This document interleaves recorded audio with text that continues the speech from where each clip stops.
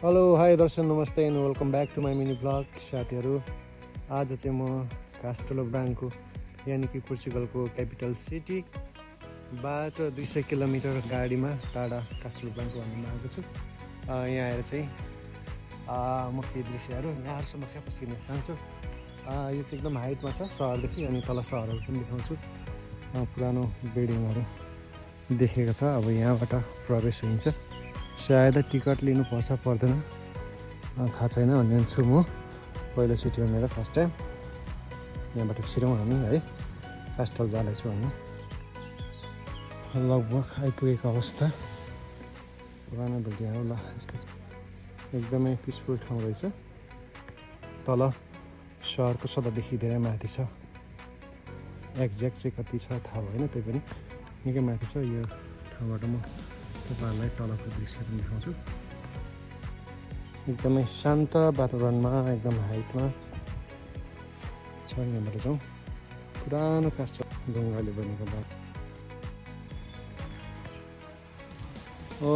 साथीहरू आइपुगेको अवस्था है।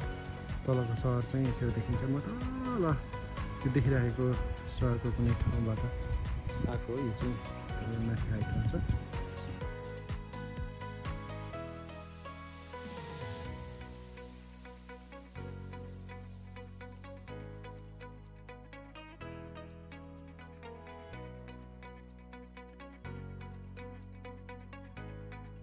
यस्तो छ।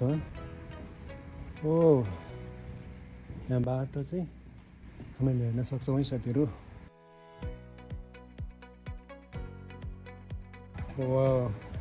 एकदमै सुन्दर बस्ती सिटी है साथीहरू, सहर हो।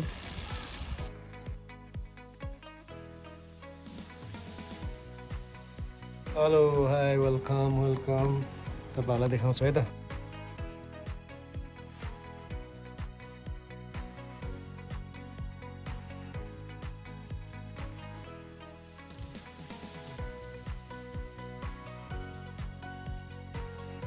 हस्त साथीहरू बिदा हुन चाहन्छु। फेरि पनि अर्को ब्लगमा भेटौँला। आजलाई bye bye, take care, see you.